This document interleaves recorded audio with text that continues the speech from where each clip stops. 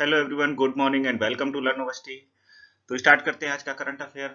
जो ये current affair है वो आपके इम्पोर्टेंट होता है आपके यूपीएससी एग्जाम्स के लिए, एसएससी एग्जाम्स के लिए, या उन सब सारे एग्जाम के लिए जहां पे करंट अफेयर पूछा जाता है। और मोस्ट इम्पॉर्टेंट है उनके लिए जो कि प्रोफेशनल कोर्सेज में पढ़ रहे हैं और ऑफ कैंपस और ऑन कैंपस प्लेसमेंट की तैयारी कर रहे हैं, जहां पे ग्रुप डिस्कशन होता है। ठीक है, तो ग्रुप डिस्कशन में आपके करंट टॉपिक्स पूछे जाते हैं जिन पे आपको बोलना होता है, तो आप यहाँ से पढ़ के आप उनको उन पे अच्छा अच्छा कंटेंट बोल सकते हैं। तो सबसे ज्यादा इंपॉर्टेंट ये उन लोगों के लिए भी है जो आप अभी प्रोफेशनल कोर्सेज में पढ़ रहे हैं, जो न्यूज़पेपर नहीं पढ़ पाते हैं। आपको सारे न्यूज़पेपर की समरी आपको 10-15 मिनट में आपको मिल जाती है यहाँ पे। तो जो आपको करंट अफेयर मिलता है वो आपको डेली करंट अफेयर मिलेगा, वीकली करंट अफेयर मिलेगा, मंथली करंट अफेयर मिलेगा और ईयरली करंट अफेयर मिलेगा। तो आज का जो सेशन है उसमें देख लेते हैं हम क्या क्या बात करेंगे। हम बात करेंगे नागालैंड के बारे में कुछ, कि नागा ट्राइब्स जो हैं उन्होंने कुछ टैक्स देने से मना कर दिया है। तो किसको टैक्स देने से मना किया है, क्या है उनकी प्रॉब्लम, उस बारे में हम बात करेंगे। उसके बाद हम बात करेंगे कि इंडियन क्रिकेट टीम जो है वो क्या पार्टिसिपेट करेगी ओलंपिक्स में, इसके बारे में बातें चल रही हैं। तो क्या हुआ है, क्या डिस्कशन हुआ है। ठीक, उसके बाद एनसीएससी है, national commission for schedule caste, उसने एक ऑनलाइन पोर्टल लॉन्च किया है। वो उस पोर्टल किस लिए लॉन्च किया गया है, क्या है उसकी इंपॉर्टेंस, उसके बारे में हम बात कर लेंगे, क्योंकि ये करंट टॉपिक चल रहा है। आपसे एग्जाम में पूछा जा सकता है कि क्या पोर्टल लॉन्च किया गया है, किसके लिए लॉन्च किया गया है, क्या करेगा वो।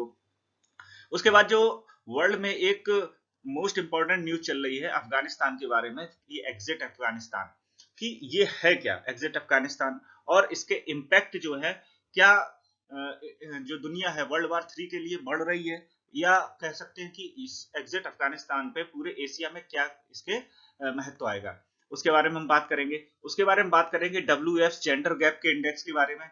जो WF ने जेंडर गैप इंडेक्स दिया है उसमें इंडिया की बहुत ही बुरी पोजीशन है। तो इसके बारे में हम बात कर लेंगे कि इंडिया बहुत नीचे खिसक चुका है, और ज्यादा नहीं कहूंगा लेकिन ये सेमफुल है हमारे लिए कि इतनी जेंडर गैप में इतना सारा गैप आ गया है। क्योंकि हम सबसे पहले बात करते हैं बेटी बचाओ बेटी पढ़ाओ, और बेटी बचाओ बेटी पढ़ाओ के स्लोगन के साथ हम बहुत सारा पैसा खर्च करती हैं गवर्नमेंट इसमें, फिर भी जेंडर गैप में के मामले में इंडिया जो है इतना नीचे पहुंच चुका है। तो उसके बारे में हम बात करेंगे, क्या है वो डिटेल में हम बात करेंगे। तो सबसे पहले हम बात कर लेते हैं नागा ट्राइब के बारे में। जो नागालैंड है, नागालैंड एक इंडिया का स्टेट है जो सबसे नॉर्थ ईस्ट में है। नागालैंड एक जो स्टेट है उसमें डिफरेंट डिफरेंट ट्राइब्स के लोग रहते हैं, अलग अलग कम्युनिटी के लोग रहते हैं, जो अलग अलग जिनका कल्चर है, अलग लैंग्वेजेस है, अलग ट्रेडिशंस हैं, अलग डांस हैं, अलग म्यूजिक है उनका। तो उन सब के बारे में हम बात करेंगे क्या है। तो उसमें क्या होता है कि जो नागालैंड के जो अलग अलग ट्राइब्स हैं उनको, जब नागालैंड इंडिया में शामिल हुआ उसके बाद से कई सारी बातें चलने लगी कि नागालैंड को एक अलग कंट्री बनाया जाए, एक इंडिपेंडेंट नेशन बनाया जाए। तो जो नागालैंड है उसमें कई सारे नक्सलाइट ग्रुप कह सकते हैं, या एक्सट्रीमिस्ट कह सकते हैं, वो लोग एक्टिव हैं। वो लोग क्या कह रहे हैं कि कुछ आसाम के पोर्शन से लेके नागालैंड के पोर्शन तक, नागालैंड से लेके कुछ म्यांमार के पोर्शन तक, वो मांग कर रहे हैं कि ये एक इंडिपेंडेंट नेशन बनाया जाए जिसमें नागा जो है ट्राइब है वो अपने ट्रेडिशन के अकॉर्डिंग, अपने एंशिएंट कल्चर के अकॉर्डिंग रह सके। ठीक है, तो उसमें एक ट्राइब है, कोन्याक ट्राइब है नागालैंड की, जो सबसे बड़ी ट्राइब है वहां की, उसने टैक्स देने से मना कर दिया है। अब टैक्स किसको देने से मना किया है, एक्चुअली में जो मेन पॉइंट है ये कि नागालैंड की जितनी ट्राइब्स हैं वो क्या है कि सब अलग अलग इंडिपेंडेंटली वर्क करती हैं, गवर्नमेंट अलग वर्क करती है। गवर्नमेंट और ये ट्राइब्स अपनी पैरेलल, जो ट्राइब्स हैं ये पैरेलल गवर्नमेंट चलाती हैं। ठीक है, पैरेलल गवर्नमेंट ये चलाते हैं, और एक गवर्नमेंट आपकी चल रही है जिनका टैक्सेशन सिस्टम है। जो ये ट्राइब्स हैं, ट्राइब्स के जो एक्सट्रीमिस्ट ग्रुप है, ये क्या करते हैं कि अपनी पैरेलल गवर्नमेंट चलाते हैं, और वो नागा पीपल्स के साथ कहते हैं कि हम आपको अच्छी सुविधाएं दिलाएंगे। हम, या सिंपल सा कह लो कि जैसे पाकिस्तान में क्या होता है कि जो टेररिस्ट ग्रुप होते हैं उनको भटकाते हैं यूथ को, कि आपको अगर ये हो जाएगा तो आपको ये मिलेगा। उसी तरीके से जो ये एक्सट्रीमिस्ट ग्रुप है, नागा जो यूथ है उसको मोटिवेट करते हैं कि मैं, अगर आप लोग हमारे साथ जुड़े और क्राइम में साथ रहेंगे, ये करेंगे, हम अपना एक अलग नेशन बनाएंगे। तो उस यूथ को इन्होंने भटका रखा है। अब उस यूथ को अगर उनको साथ रखना है तो उनको पैसे का लालच देना है या किसी तरीके से और लालच देने हैं, तो वो पैसा कहाँ से आएगा? पैसा कहाँ से आएगा? अब जो आपके जो मुस्लिम टेररिस्ट ग्रुप्स हैं उनमें क्या होता है कि कई सारे कंट्रीज हैं वो उनको फंड करते हैं जैसा कि बताया जाता है, लेकिन यहाँ पे पैसा कहाँ से आएगा? यहाँ पे तो इतनी कोई रीच है नहीं, ना इतना बड़ा वो रीजन है। तो ये लोग क्या करते हैं कि जो वहां के नागालैंड के लोग हैं उनसे ही टैक्स वसूल करते हैं पैरेलल टैक्स के रूप में, जो कि अगर कोई भी नागा पीपल है या जो वहां का रहने वाला है वो अपनी 24 से 25% की जो भी इनकम है वो इन कह सकते हैं एक्सट्रीमिस्ट ग्रुप को दे देता है एज ए टैक्स। तो उसमें क्या हुआ है कि अब ये टैक्स किस लिए मांगते हैं? ये कहते हैं कि हम आपके वेलफेयर के लिए काम करेंगे, यूनिटी के लिए काम करेंगे, लेकिन ऐसा हो नहीं रहा है। वहां पे जो वहां की जो जनजातियां हैं उन्होंने देखा है कि ये लोग अपने लिए काम कर रहे हैं और अपने उद्देश्यों को पूरा करने के लिए काम कर रहे हैं। तो वहां की जो कोन्याक कमेटी है उसने मना कर दिया है नो यूनिटी नो टैक्स के नाम पे। उसने कहा कि अगर यूनिटी नहीं होगी तो हम टैक्स भी नहीं देंगे। ठीक है, जो ये कोन्याक कमेटी है वो नागालैंड की मोन डिस्ट्रिक्ट में रहती है और सबसे बड़ी ट्राइब है नागालैंड की। ठीक, अब है क्या कि नागालैंड में जो ये ट्राइब्स हैं इनको जो टैक्सेस है, ठीक है, इनको जो अलग अलग एक्सट्रीमिस्ट के ग्रुप है वो अलग अलग तरीके से टैक्स को वसूल करते हैं। उसके बाद क्या है कि ये सारी बातें चलती रही। नागालैंड नागालैंड जो है वो इंडिया में आया, इंडिया के साथ उसने इंडियन यूनियन में आया। उसके बाद बहुत सारे ग्रुप उठे, उन्होंने कहा कि हम नागालैंड एक सेपरेट स्टेट चाहिए, एक सेपरेट नेशन चाहिए। तो 1997 में जब ये सारे उग्रवादी काम कर रहे थे तो उसके 1997 में इंडियन गवर्नमेंट और नागा ग्रुप्स जो ये टेररिस्ट ग्रुप थे नागालैंड के, इनके बीच में एक सीज फायर समझौता हुआ। सीज फायर में क्या हुआ कि हम बात करेंगे बैठ के, गोली नहीं चलाएंगे। तो उसके बाद क्या हुआ कि जो सीज फायर में थे नागा के जो छोटे बड़े जो एक्सट्रीमिस्ट ग्रुप थे सबने इसमें सीज फायर के समझौते पे हस्ताक्षर किए, लेकिन एक ग्रुप था national socialist council of Nagaland जिसको खपलांग के नाम से भी जाना जाता है, इसने उस पर साइन नहीं किए हैं अभी तक। तो ये अभी भी वहां पे इलीगल गतिविधियां चलाते रहते हैं। तो इन सब चीजों में जो नागालैंड है उसकी एक ट्राइब है कोन्याक, उसने टैक्स देने से मना कर दिया। ये न्यूज आपके लिए इसलिए उठाई है कि आप समझ सके कि नागालैंड की जो ज्योग्राफिकल लोकेशन है, पॉलिटिकल वहां की जो चीजें हैं, और उसके बाद ये जो एक्सट्रीमिस्ट ग्रुप है ये क्या कर रहे हैं। ठीक, तो नागालैंड में जो बड़ी बड़ी जो जनजातियां हैं उनमें 16 मेजर जनजातियां हैं जो बड़ी जनजातियां हैं। उनमें अंगामी, आओ, चाकसांग, चांग, कचारी, खाइमयांग, कोन्याक, कुकी, लोथा, फोम, पोचुरी, रेंगमा, सांगतम, सुमी, इमचुंगर, जीमी, लियांगमाई, ये सारी जो है वहां की बड़ी बड़ी जनजातियां हैं। इनके बाद भी बहुत सारी जनजातियां हैं, लेकिन जो मेन जनजातियां हैं वो इतनी 16 जनजातियां हैं। इसमें जो आपकी जनजाति है कोन्याक, ये सबसे बड़ी जनजाति है और इसने टैक्स देने से मना कर दिया है इन ट्राइब्स को या कह लो एक्सट्रीमिस्ट को। ठीक है, तो ये मेजर न्यूज बन रही है। तो इसके बाद नागालैंड के बारे में देख लेते हैं। तो नागालैंड एक छोटा सा स्टेट है इंडिया का, और जो एक तरफ से अरुणाचल प्रदेश, आसाम, मणिपुर और जो जो इंटरनेशनल बॉर्डर है इसका वो म्यांमार से टच करता है। ठीक, तो जो जो ये एक्सट्रीमिस्ट ग्रुप हैं ये आसाम से कुछ पार्ट लेके, कुछ म्यांमार से पार्ट लेके, और ये अपने आप को एक अलग कंट्री बनाने की मांग करते रहते हैं हमेशा। जो यहाँ की लैंग्वेज है, सबसे पहले देख लेते हैं कि जो नागालैंड है 1 दिसंबर 1963 को इंडियन यूनियन ने उसको स्टेट का दर्जा दिया। उससे पहले ये आसाम का कुछ पार्ट हुआ करता था, उसके बाद ये नागालैंड एक स्टेट बना। उसके बाद क्या इसकी कैपिटल क्या रखी गई? कोहिमा। कोहिमा जो नागालैंड है उसमें दो ही बड़ी सिटी हैं, एक दीमापुर और दूसरा कोहिमा। ठीक, दीमापुर यहाँ का सबसे बड़ा सिटी है और उसके बाद जो दूसरा बड़ा सिटी है उसमें कोहिमा है। जो यहाँ की लैंग्वेज है वो इंग्लिश है। बेसिकली यहाँ पे क्या है कि जितनी ट्राइब्स हैं, ठीक, हर ट्राइब की अपनी अलग अलग लैंग्वेज है, लेकिन जो यहाँ पे जो ऑफिशियल लैंग्वेज बनाई है स्टेट गवर्नमेंट ने वो है इंग्लिश लैंग्वेज। ठीक, हर एक जनजाति है उसकी अपनी लैंग्वेज है। यहाँ पे नागालैंड में इसलिए और ज्यादा प्रॉब्लम है कि ये जो जनजातियां हैं ये आपस में एक दूसरे की लैंग्वेज भी नहीं समझते हैं। यानी कि अगर कोई जनजाति इस रीजन में रहती है तो उसको इस रीजन की लैंग्वेज का पता नहीं है, तो इनके आपस का कम्युनिकेशन भी जीरो है। अगर इनका आपस का कम्युनिकेशन कभी होता भी है तो ये टूटी फूटी असमी में अपना कम्युनिकेशन करते हैं। तो ये सारी प्रॉब्लम्स हैं यहाँ पे। उसके बाद इसकी जो नागालैंड की पॉपुलेशन है वो 1.9 मिलियन है, और जिसमें कि अराउंड 1.4 मिलियन जो है वो मेल है, बाकी की फीमेल है। और ये जो आंकड़े हैं वो सेंसस 2011 के हैं। जो मेजर फेस्टिवल यहाँ पे मनाया जाता है वो है हॉर्नबिल फेस्टिवल। इसके साथ साथ एक फेस्टिवल मनाया जाता है वार फेस्टिवल का। जो वार फेस्टिवल है उसमें क्या होता है, जो यहाँ के मेल्स हैं वो एक पिक्चराइजेशन करते हैं कि वार के रूप में एक दूसरे से लड़ाई करते हैं और उसको एक डांस के फॉर्म में पेश करते हैं।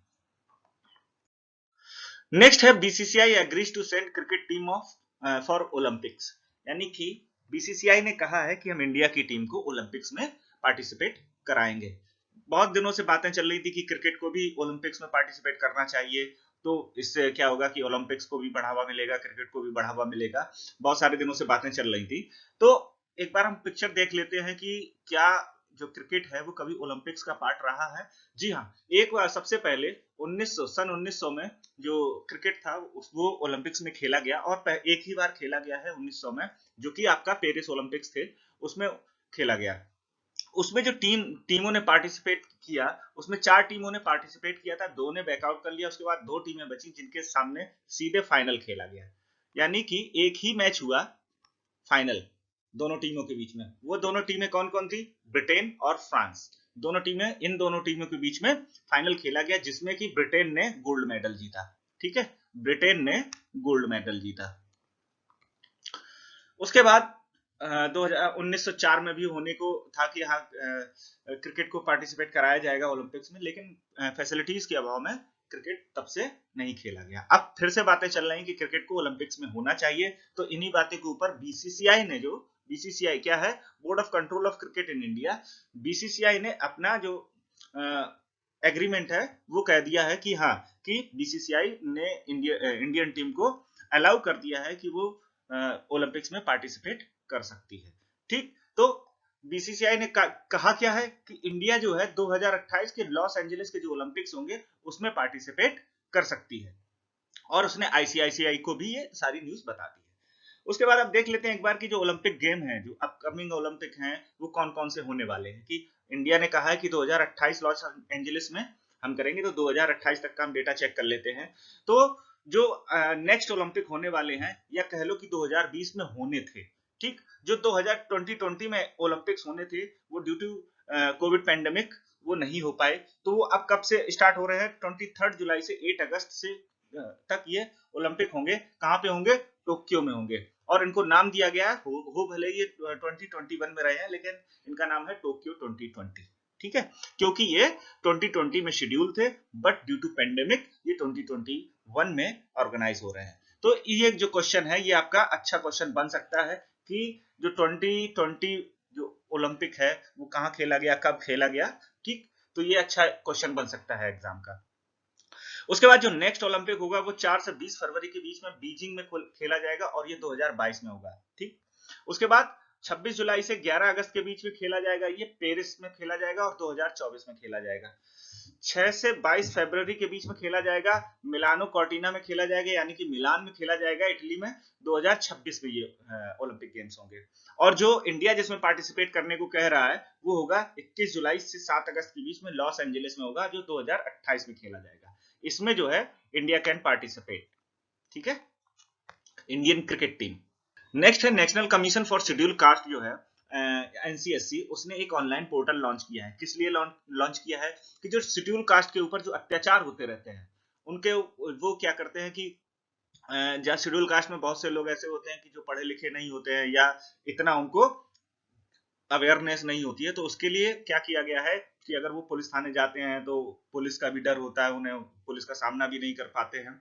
तो उस चीज से बचाने के लिए, या कह लो कि जो उनको सताते हैं, जो उनके ऊपर अत्याचार करते हैं, वो इतने बाहुबली लोग होते हैं कि उनको वहां तक पहुंचने ही नहीं देते हैं। सब चीजों का ध्यान रखते हुए क्या किया गया है कि जो national commission for schedule caste है उसने एक ऑनलाइन पोर्टल लॉन्च किया है, जो कि इनके ग्रीवेंसेस को सुनेगा और उनका निपटारा करने के लिए बाध्य रहेगा।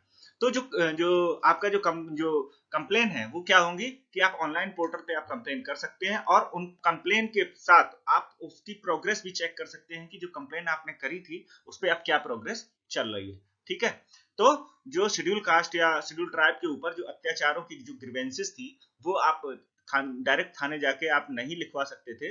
तो अब वो काम क्या हुआ है कि ऑनलाइन पोर्टल स्टार्ट हो गया है। जैसे कि आप एफआईआर कर देते हैं, ऑनलाइन एफआईआर कर सकते हैं आज की डेट में, वैसे ही यहाँ पे शेड्यूल कास्ट के जो भी ग्रीवेंसेस हैं उनके ऊपर आप ऑनलाइन उनको दर्ज करा सकते हैं इस पोर्टल पे। जो ये पोर्टल लॉन्च किया गया है वो लॉन्च किया गया है हमारे श्री रविशंकर प्रसाद जी के द्वारा। जो श्री रविशंकर प्रसाद जी हैं वो कौन है? Union minister of communication and IT हैं और लॉ एंड जस्टिस मिनिस्टर हैं। ठीक है, तो इन्होंने इसको लॉन्च किया है। तो आपके एग्जाम में क्वेश्चन यहाँ पे बन सकता है कि जो SC/ST के लिए एक ऑनलाइन पोर्टल लॉन्च किया गया है वो किसने लॉन्च किया? तो श्री रविशंकर प्रसाद। जो श्री रविशंकर प्रसाद ने अभी हाल ही में एक पोर्टल लॉन्च किया है वो किसके लिए लॉन्च किया है? वो SC/ST के लिए लॉन्च किया है। ठीक है, तो और किस संस्थान ने लॉन्च किया है? तो national commission for schedule caste ने लॉन्च किया है। तो ये सारे क्वेश्चन यहाँ से बन सकते हैं, इंपॉर्टेंट क्वेश्चन है, तो आप इनको नोट्स बना के रखिएगा। उसके बाद जो आज की डेट में जो वर्ल्ड में सबसे ज्यादा हॉट टॉपिक चल रहा है वो है एग्जिटिंग अफगानिस्तान। एग्जिटिंग अफगानिस्तान क्या है? जैसा कि आपको याद होगा 2011 में वर्ल्ड ट्रेड सेंटर हमला होने के बाद यूएसए ने क्या किया था? अफगानिस्तान पे हमला करके और वहां की जो तालिबान जो वहां पे टेररिस्ट ग्रुप थे उनको सत्ता से हटा के एक नई गवर्नमेंट को फॉर्म किया था। ठीक है, तो 2011 से के बाद जब से उन्होंने आक्रमण किया अफगानिस्तान पे, तब से जो यूएस की मिलिट्री थी, ठीक है, तो वो कहां पे थी? अफगानिस्तान में ही थी और वो अफगानिस्तान के सारे लॉ एंड ऑर्डर को देख रही थी। उसके बाद अभी ट्रंप गवर्नमेंट और तालिबान के बीच में एक एग्रीमेंट हुआ। ठीक है, एग्रीमेंट में जो कहा गया, जो डील हुई उसमें कहा गया कि यूएस मिलिट्री जो है वो अफगानिस्तान को छोड़ देगी। अब वहां का लॉ एंड ऑर्डर है वो अफगानिस्तान गवर्नमेंट के हाथ में दे दिया जाएगा। तो इसमें क्या हुआ कि जो डील हुई उसमें कहा क्या गया? सबसे पहले तो कहा गया कि जो यूएस मिलिट्री है वो अफगानिस्तान को छोड़ देगी, और दूसरा ये यूएसए ने कहा कि Taliban will not lead terror groups in the reason.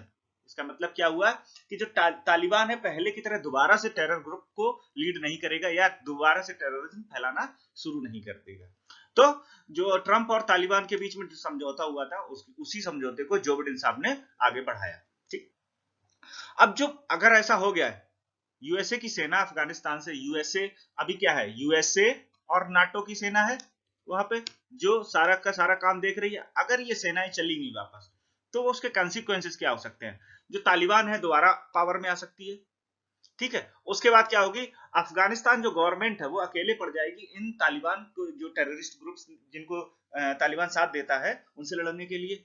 और जब तालिबान पावर में आ जाएगा तो वो क्या करेगा? पहले की तरह फिर से जर्नलिस्ट हो गए, एक्टिविस्ट हो गए, आपके सिविल सोसाइटी के एक्टिव मेंबर्स हो गए, इनकी किलिंग दोबारा इससे स्टार्ट कर सकता है। तो ये कॉन्सिक्वेंसेस हो सकते हैं, यानी कि जो पावर का शिफ्ट है वो तालिबान की तरफ जा सकता है दोबारा से, और दोबारा से फिर से वर्ल्ड को कोई खतरा हो सकता है। तो जो एग्रीमेंट है उसने क्या कहा है कि US will give remote assistance. ऐसा नहीं है कि हम एकदम से छोड़ देंगे, रिमोटली हम असिस्ट करेंगे। और यूएसए कह रहा है कि Russia, China, India will play crucial role to decide Afghanistan future. ये वर्ल्ड में बातें चल रही हैं कि रसिया, चाइना और हमारा इंडिया जो है वो इसके अफगानिस्तान के फ्यूचर के मामले में एक बड़ा रोल प्ले करें, क्योंकि ये बड़े कंट्री हैं और अफगानिस्तान के नेबर कंट्रीज हैं। उसके बाद क्या किया गया है कि कि जो वर्ल्ड की जो सिक्योरिटी और पीस है वो अफगानिस्तान की पीस पे डिपेंड है, क्योंकि अफगानिस्तान में एक बड़ा तालिबान ग्रुप है जो कि अगर पावर में फिर से आया तो वो कई सारे टेररिस्ट ग्रुप को कंट्रोल करता है। तो अफगानिस्तान के बारे में थोड़ा सा जान लेते हैं। सबसे पहले हम तो बात कर लेते हैं कि जो अफगानिस्तान है वो एक लैंड लॉक कंट्री है। लैंड लॉक कंट्री का मतलब क्या है कि उसकी जो सीमाएं हैं किसी भी सी से नहीं टच होती हैं, किसी भी वाटर से नहीं टच करती हैं। वो एक लैंड लॉक कंट्री है। और लैंड लॉक कंट्री है जो जिसकी सीमाएं कहां कहां से लगती हैं? वो लगती हैं पाकिस्तान से लगती हैं, पीओके से लगती हैं जो कि इंडिया का पार्ट है, ताजिकिस्तान से लगती हैं, ईरान, तुर्कमेनिस्तान, उज्बेकिस्तान और चाइना से ये टच करता है। पीओके क्या है कि जो कि अभी पाकिस्तान उस पे अपना दावा ठोकता है कि ये पाकिस्तान का पार्ट है, जो ये आपका जो ये वाला एरिया है, तो ये इस पे यहां से आपका अफगानिस्तान से टच करता है। ठीक है, जो गिलगिट बाल्टिस्तान से होके आपको आगे जाता है। जो अफगानिस्तान है इसको जो इसको ऑफिशियल नाम है उसका है इस्लामिक रिपब्लिक ऑफ अफगानिस्तान, और जो कैपिटल है वो है काबुल। और जो लैंग्वेज यहाँ पे जो बोली जाती है दारी एंड पाश्तो बोली जाती है, ठीक है। और करेंसी जो है इसकी उसका नाम जो है वो अफगानी है, और आपको ज्यादातर ये AFN के फॉर्म में लिखी मिलेगी। तो जो अफगानिस्तान के बॉर्डर हैं कहाँ से टच करते हैं, पाकिस्तान से टच करता है, POK से टच करता है यानी कि पाक ऑक्युपाइड कश्मीर से टच करता है, उसके बाद तजाकिस्तान से टच करता है, उसके बाद ईरान से टच करता है, उसके बाद तुर्कमेनिस्तान से टच करता है, ठीक, और उज्बेकिस्तान से टच करता है, और चाइना से टच करता है, ठीक है। तो इतने सारे कंट्रीज हैं, इनसे आपका बॉर्डर ये सारे टच करते रहते हैं। उसके बाद जो अफगानिस्तान की लॉन्गेस्ट रिवर है वो हेलमांड रिवर है, और जो यहाँ पे नेचुरल रिसोर्सेस हैं जिनके बारे में सारी मारामारी है, वो क्या है, यहाँ पे नेचुरल गैस अच्छे से पाई जाती है, petroleum, coal, copper, chromite, sulphur, lead, zinc, iron ore, salt, ये सारे यहाँ पे जो नेचुरल रिसोर्सेस हैं वो पाए जाते हैं। तो अफगानिस्तान के अगर मैप को देखें तो ये सारे कंट्रीज इसके साथ साथ टच करते हैं, और जो ये इसका जो ये नेक है ये आगे आके इंडिया को भी टच करता है और चाइना को टच करता है। और ये सारा जो रीजन है वो हिंदू कुश पर्वत जो श्रृंखला है उसका जो रीजन है, और ये सबसे टॉप का रीजन है, जो सबसे ऊंचाई का रीजन है अफगानिस्तान में, ठीक है। उसके बाद WF जेंडर गैप इंडेक्स के बारे में बात चल रही है कि WEF ने क्या किया है कि जेंडर गैप इंडेक्स दिया है, जिसमें इंडिया जो है पिछले 2020 से 28 प्लेस नीचे खिसक चुका है। अब नीचे खिसक चुका है, क्या है ये, किसके बारे में बात कर रहा है, तो उसके बारे में बात कर लेते हैं। सबसे पहले हम बात कर लेते हैं जो पहले का इंडेक्स था, यानी कि जिससे ये 28 प्लेस नीचे खिसका है, वो क्या था। वो था कि जो 2020 में जेंडर गैप इंडेक्स दिया किसने, वर्ल्ड इकोनॉमिक फोरम ने, ठीक। वो क्या था कि इंडिया उसमें 112वें नंबर पे था, और वो जो सर्वे किया गया था वो 153 कंट्रीज में सर्वे किया गया था, और उसमें इंडिया 112वें नंबर पे था जेंडर गैप के मामले में। लेकिन इस बार क्या हुआ है कि इंडिया 156 कंट्री का सर्वे हुआ है, इंडिया 140वें नंबर पे है 156 कंट्रीज में, यानी कि ये 28 प्लेस नीचे गिर गया है। तो जेंडर गैप इंडेक्स क्या है कि यहाँ पे मेल और फीमेल का एक इंडेक्स बनाया गया, उसमें देखा गया कि हाँ कितना गैप है।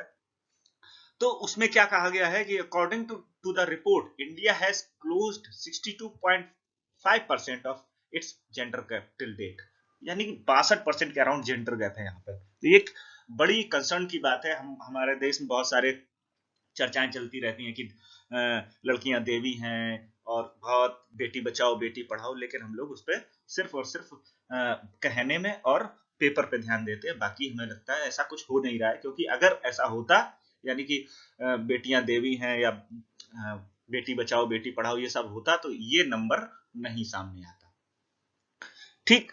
और सबसे बड़ी शर्म की बात यह है कि जो ये इंडिया की जो पोजीशन है वो साउथ एशिया में जो पोजीशन है वो तीसरा वर्स्ट कंट्री बन चुका है, यानी कि इसके बाद कौन कौन से कंट्री हैं जिनसे हम कभी तुलना नहीं कर सकते अपनी किसी चीजों में, तो इंडिया के बाद जो इंडेक्स में है वो है पाकिस्तान और अफगानिस्तान ओनली, यानी कि इंडिया सिर्फ इनसे ऊपर है इस जेंडर गैप के मामले में, बाकी सारे कंट्रीज इससे नीचे ऊपर है।